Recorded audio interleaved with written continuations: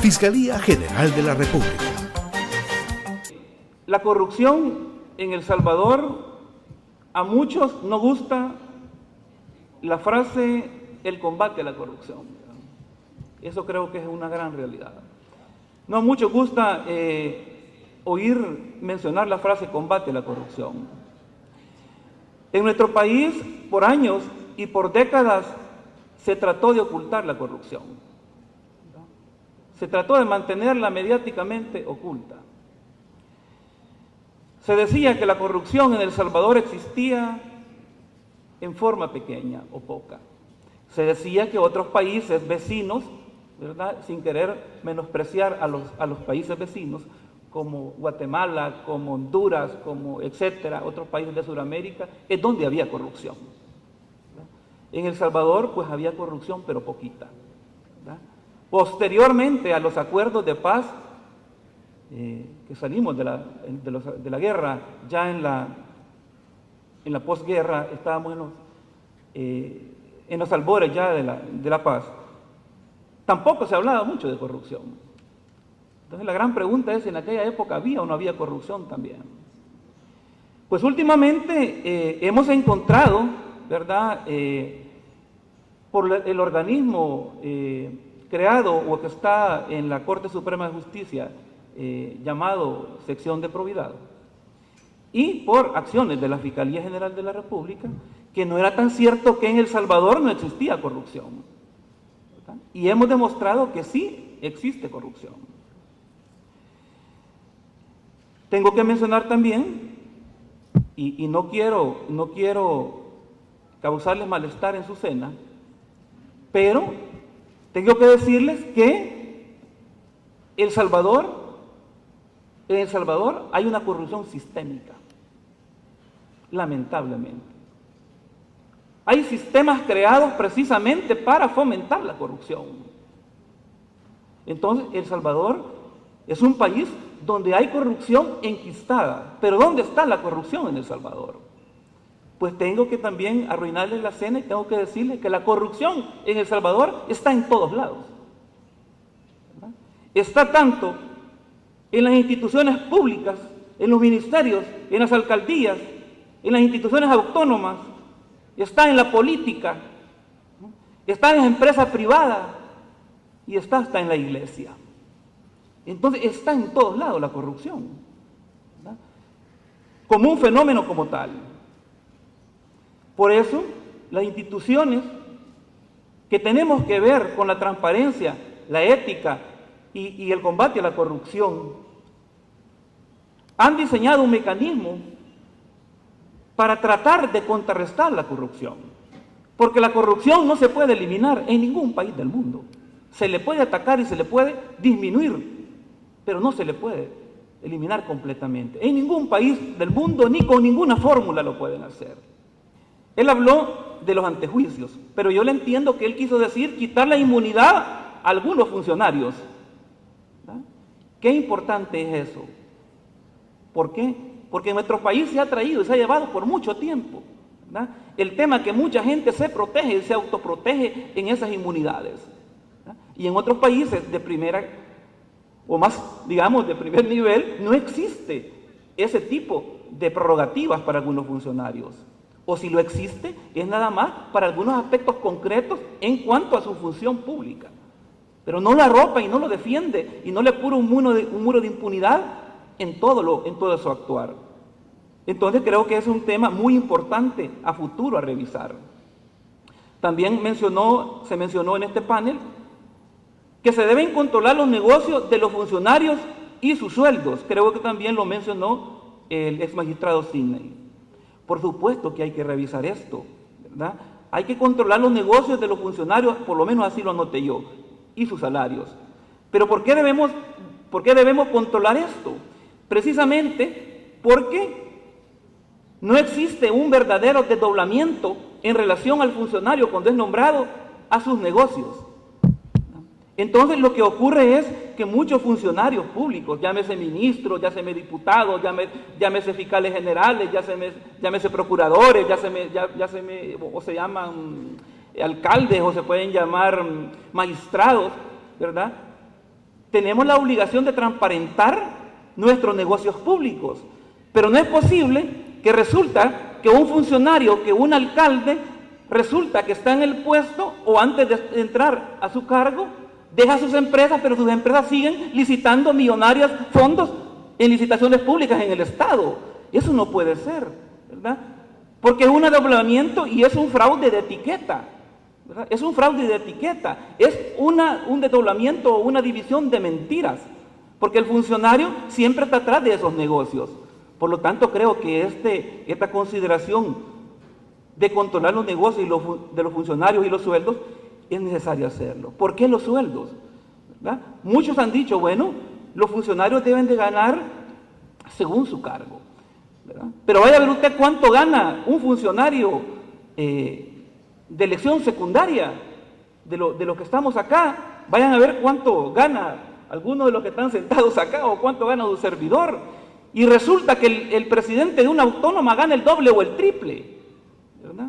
Y ahora aquí hemos descubierto que también recibían sobresueldos. Entonces, por eso es importante determinar objetivamente los salarios y los sueldos de los funcionarios, ¿verdad? Creo que es necesario revisar también ese tema.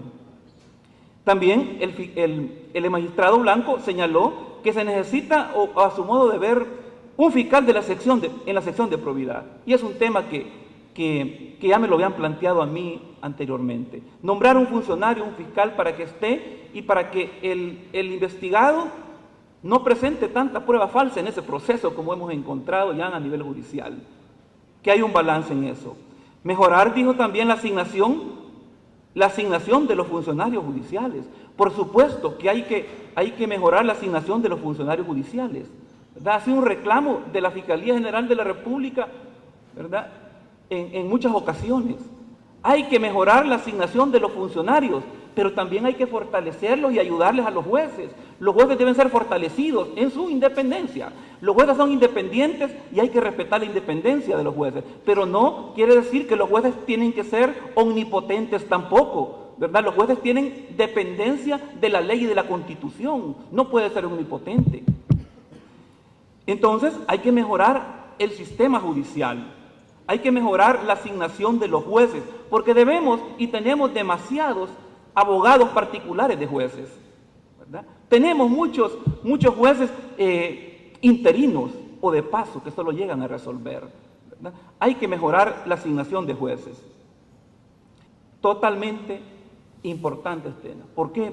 Porque el mecanismo de los gastos reservados en nuestro país ha sido la alcancía y la piñata para robarse el dinero de los fondos públicos. Eso está claro, ¿verdad? Entonces, es relevante analizar ese tema, por supuesto, porque ha sido el mecanismo que han tenido para abrir el chorro y dejar salir los fondos. Y de 100 millones de dólares aprobados para gastos reservados, los han subido a 500 millones. Así que el problema no son los gastos reservados en este país. Ese no es el problema. Si en todos los países del mundo existen los gastos para la defensa, la seguridad nacional y la inteligencia de un Estado. Pero tampoco se puede dejar sin tener un techo. Esos gastos tienen que tener un techo. No puede usted estarle diciendo con aprobación legislativa 80 millones y cuando la investigación de la Fiscalía resulta que encuentra 351 millones. Y fue el mecanismo para drenar y para inflar los fondos. Por eso es importantísimo lo que mencionaron.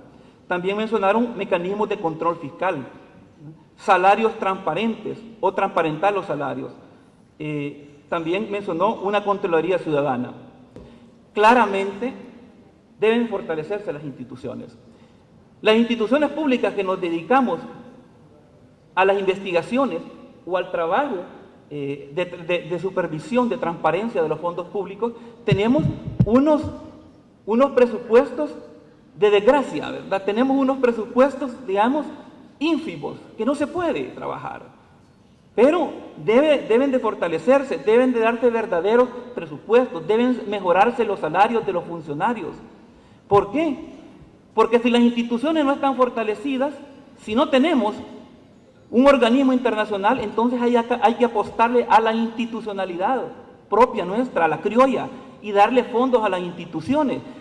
Pero, modesta parte, la Fiscalía General de la República, sin tener un presupuesto ofensivo, casi como el que tenemos En estos momentos hemos hecho acciones, digamos, modestas.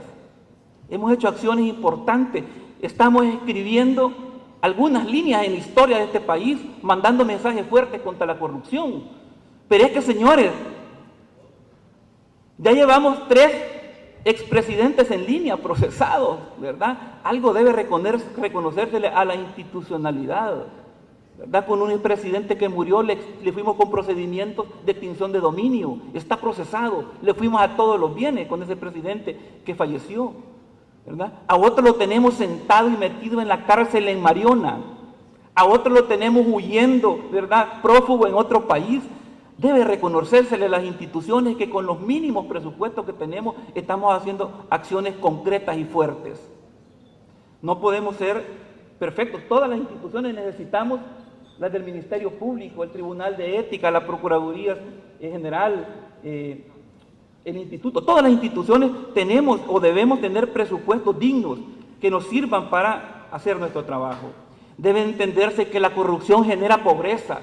Qué triste es ir a la casa de un expresidente de la República, un monumento y un castillo de millones, como me ha tocado a mí hace una semana, y una semana después ir a una isla Perico y encontrar gente salvadoreña, ciudadanos salvadoreños tirados ahí en casitas de plástico y cartón, que no son atendidos, y sabiendo que se han robado millones y han construido castillos otros funcionarios.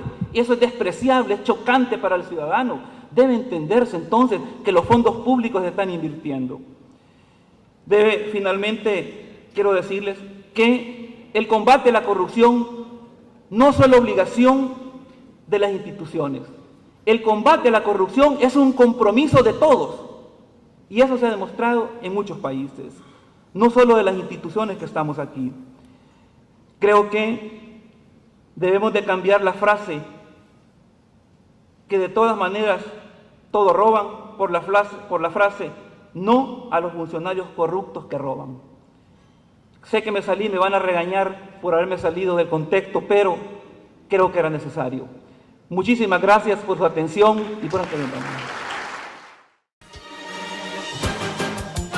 Fiscalía General de la República.